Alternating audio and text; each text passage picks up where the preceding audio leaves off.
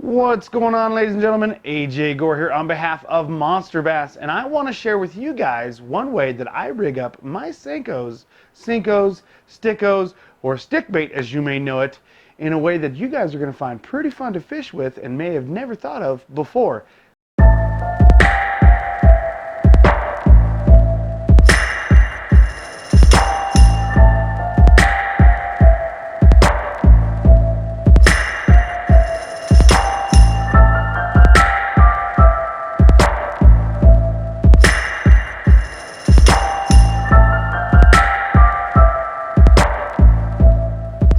So if you were lucky like myself, you got the X Zone or the Pro X Zone, stickbait, Senko, whatever you want to call it.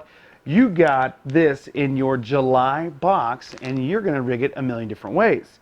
Well, one way they showed how to show you is this is a perfect setup, and this is specifically designed to be wacky rigged, or at least this particular bait is, but that doesn't mean that's the only way you have to fish it. Now granted, a wacky rig is an amazing proven technique that catches bass with stick baits or Senkos. The way I'm going to show you is a little different. It acts a lot like a jerk bait as well as a topwater lure that you can also kind of let wacky rig on its way down and can be fished a multitude of different ways, and I guarantee you it will catch fish, and it's a blast. So one thing to take note of is there's quite a few different size Senkos to choose from, or Senkos. You can get them real small, kind of set up for a Ned rig, 3-inch or smaller, all the way up to when you start to get into, and the way I want to show you, the type of technique I'm going to show you, you want at least a 5-inch to a 7-inch Senko to get the action that is desired in the way we're going to rig it. Okay, so let's get this thing rigged up. Let me show you how I like to rig up my Senko for kind of some topwater jerkbait style action. Now this bait's kind of cool from the July box. It's got a little zone here, the wacky zone, exclusive to this bait. Kind of tells you where to put a wacky rig if you were going to wacky rig it. But, you know, we are not going to wacky rig it, so that doesn't matter. But if you're going to wacky rig it, which you can do with stick baits, and that's one of the most popular ways to do it, that is something exclusive on that. So now what we're going to need, we need a stick bait right here. This is about a 5-inch stick bait. I prefer my stick baits to run 5 to 7 inches. That's my preferred size for this technique. I'm going to be using a very large hook. Normally I'd probably use more like a 3/0, 4/0. This is like a 5/0 here. But this is the hook I'd prefer to use normally. But for the sake of the video, just so you guys can see easier, different things, I'm going to use a larger hook just so you guys can see. But anyhow, there's quite a few different hook options you can choose from, depending on the size of the stick bait that you're going to go with. That's really going to dictate it. All right, so let's get those out of here for a minute. And we're also going to need a barrel swivel. So this is the main components of the way you're going to rig this bait, except for line choice. Okay, line choice is going to be big because we kind of want this thing to float, and most of your action will be a floating action, and then you're going to let it slowly sink. Mono floats more than it sinks, so this bait will sink. This will slow it down and give it an even slower sink. So that's kind of cool to choose a mono on this. All right, next, rod choice. I prefer to use on a medium to fast action spinning outfit. Of course, you know I love casting rods, reels, line. You can bet I'm going to be using a medium fast, probably on a Sharky 3 or Sharky Gold. The new Crixus reel, that's a great option with the 5:2:1 gear ratio. You can go into some faster gear ratios, but really this is a slow working bait, so you really don't need to burn this thing. So going to a faster gear ratio, maybe you pick up line to set the hook, that's what you're after, go for it. But as far as basic retrieve goes, a 5:2:1, which is a very normal gear ratio in a spinning outfit, is going to be perfect. All right, so now that we've got that figured out, let me pull off some line, and I'm only going to pull off anywhere between a foot to 18 inches of line. That's going to be your main work here, okay? So now what we're going to do is we are going to move this guy off to the side, move this guy off to the side. Now you would fix one end of your barrel swivel to your line to your rod, and then you have a leader here. So we're going to pretend that we've already tied to this barrel swivel on one end, And now we're going to work on the bait end. And for me, a uni knot, a basic uni knot is what I use for this setup. If you don't know how to tie a uni knot, guys, that's another video.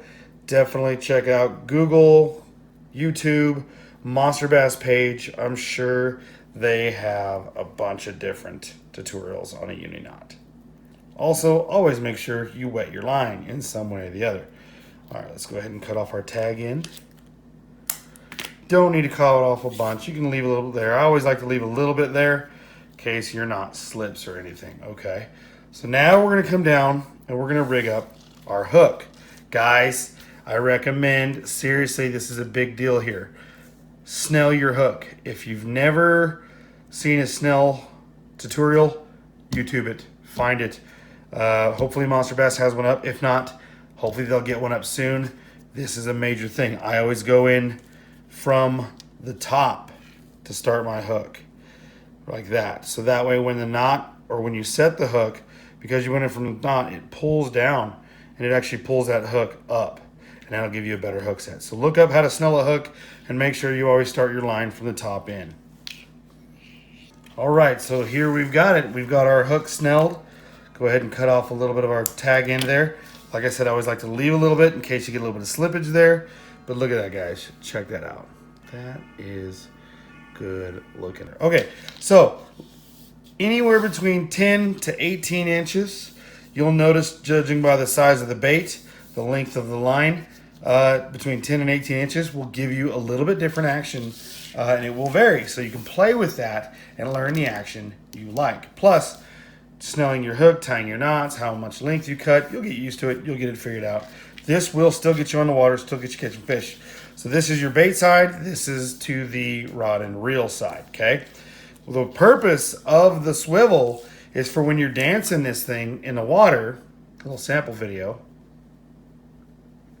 When you're dancing this thing in the water, this bait will roll and twist and swirl and can cause your line to twist and swirl and can kind of give you a headache. So that barrel swivel right there, that's going to absorb and take up all of that swirl and that line twist and keep this thing dancing pretty free and keep you from having trouble. So let's go ahead and hook it. So now you're going to go ahead and just take your hook right in through. And I always like to give a little bit of a, not too much, maybe about a half an inch, a little over a quarter of an inch, just enough to hide the majority of the front of your hook. And this is a little bit of a big hook. Remember, this is just for the sake of the video, making things easier. So this is a very heavily salted Senko. But as you can see, we got it pretty much covered up. Now, you want to skin hook it or know where you're going to go. So the cool thing is, by looking at this, I can see right here where this line is, this big thick beam that they've put instead of all the thin ones. Maybe you can see that. This is the perfect spot for where that's going to lay. So that's where I'm going to go ahead and start my penetration with the hook and have it come right on through for more of a natural line. Okay, so there it is, kind of sitting there naturally. Now you can just pull your bait forward and put the hook in to the bait, that skin hook. Now you're weedless, guys. You can actually go throw this into a lot of cover. For the most part, you're not going to get snagged up. You will be able to pull it through a lot of grass, over a lot of tree limbs. No bait is completely weedless. Trust me, guys, I get this thing hung up. I get it hung up kind of frequently. But compared to a lot of other baits, this thing is going to go into places where a lot of other ones can't. You'll be able to flip it back off carefully as long as you don't do the loop-de-loop-de-loop-de-loop. All right, guys, now that we got it rigged, you guys get out there and start fishing with it and start catching some fish.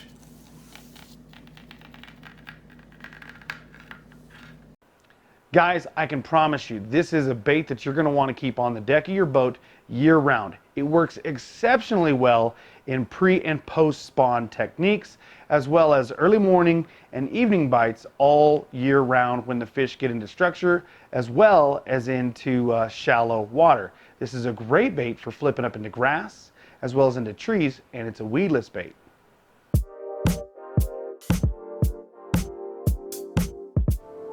I'm watching that.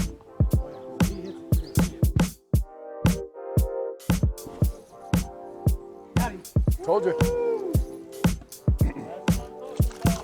Oh no, he's still there.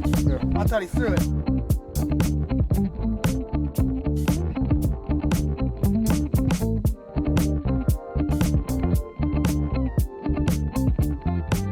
Give this bait a chance. Really use it. And I'm telling you, one of these days you're gonna get into them and this bait is gonna be your go-to bait and you will never not have it on your boat. I promise you guys, I've caught more bass over the years using this setup than any other bait on the deck of my boat. Ladies, gentlemen, I hope that this has helped you and you guys have learned a little bit from this. Definitely give this technique a try. If you're not a stick bait kind of person, try this, then try a wacky rig, then start moving into all the different techniques. I'm telling you, you will be a fan for life of a stick bait. Heck, that's kind of why a lot of people out there say using a Senko is cheating. If you already have it, go to monsterbass.com, sign up for your subscription and start catching more fish. Start getting monster bass in your hands. They are specifically targeted for your region. Guys, I'm telling you, it's a no-brainer. This is the better box. Check them out, monsterbass.com, and I'll see you guys next month.